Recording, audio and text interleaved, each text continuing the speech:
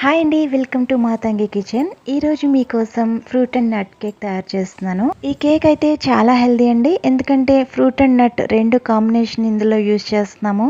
ఏ చిన్న సెలబ్రేషన్ అయినా కూడా ఈ పెర్ఫెక్ట్ అండ్ డెలిషియస్ కేక్ ని ఇంట్లోనే ఈజీగా తయారు చేసుకోవచ్చు.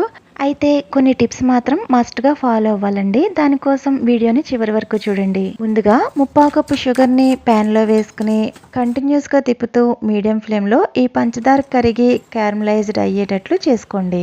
ఆ గోల్డెన్ కలర్ లోకి మారిన ఈ షుగర్ బాగా గట్టిపడిపోకుండా ఉండడం కోసం దీనిలోకి 1 గ్లాస్ వరకు హాట్ వాటర్ యాడ్ చేసి కంటిన్యూస్ గా స్టీర్ చేస్తూ ఉండండి.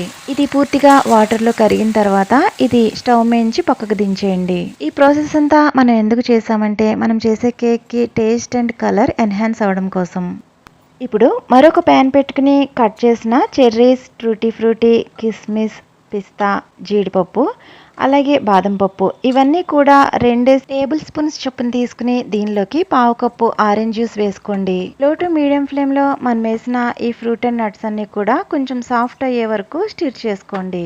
మనం చేసే కేక్ లో ఈ ఫ్రూట్ అండ్ నట్ బాగా హోల్డ్ అవడం కోసం ఇలా ముందుగా వీటిని సాఫ్ట్ చేసుకోవాలి. 5-6 నిమిషాలకి మనం వేసిన ఆరెంజ్ జ్యూస్ కొంచెం దగ్గర పడి ఈ నట్ అండ్ ఫ్రూట్స్ కూడా కొంచెం సాఫ్ట్ అవుతాయి. ఈ స్టేజ్ లో ఇంకా స్టవ్ ఆఫ్ చేసి దీన్ని కూడా పక్కన పెట్టండి. ఇప్పుడు కేక్ చేసుకోవడానికి మందపాటి పెద్ద గిన్నెని గానీ లేదా ఇలా ప్యాన్ గానీ పెట్టుకుని అడుగున ఇలా సాల్ట్ వేసుకుని సాల్ట్ అన్ని వైపులా సమానంగా పరుచుకుని స్టాండ్ వేసి దీన్ని ప్రీహీట్ చేసుకోవాలి.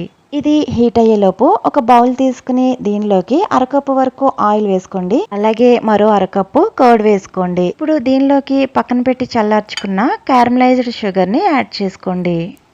ఇప్పుడు 1 టీ స్పూన్ వరకు వెనిలా ఎసెన్స్ ని యాడ్ చేసుకోండి. ఇదంతా కూడా బాగా మిక్స్ చేసుకుని చూపిస్తున్న కన్సిస్టెన్సీ వచ్చే వరకు బాగా కలుపుకోవాలి.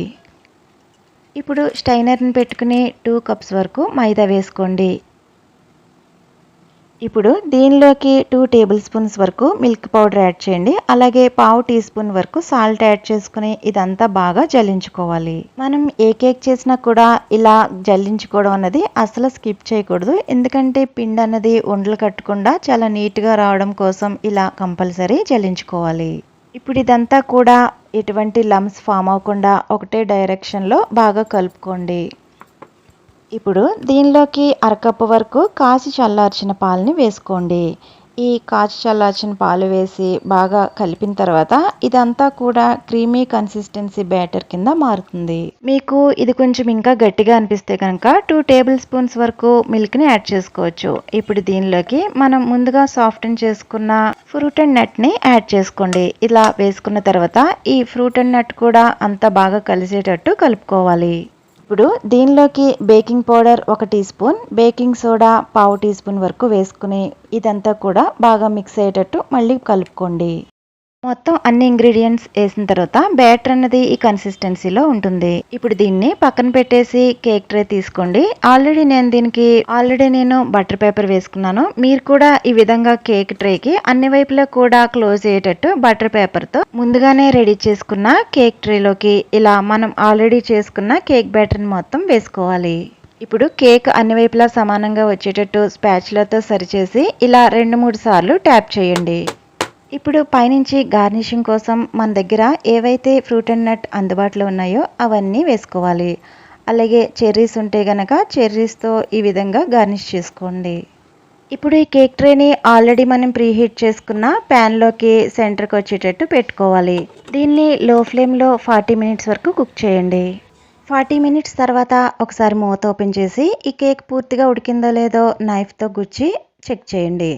ఇలా నైఫ్తో గుచ్చి తీస్తే నైఫ్ క్లీన్గా ఉంటే కనుక కేక్ పూర్తిగా ఉడికినట్టే. ఇప్పుడు ఈ కేక్ ట్రేని స్టవ్ నుంచి తీసేసి పూర్తిగా చల్లారనివ్వండి.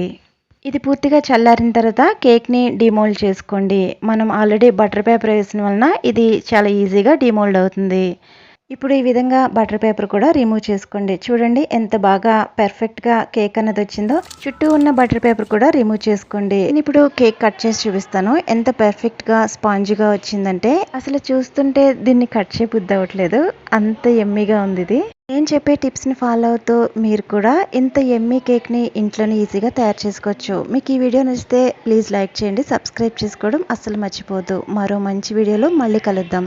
అంతవరకు టేక్ కేర్, బాయ్ బాయ్.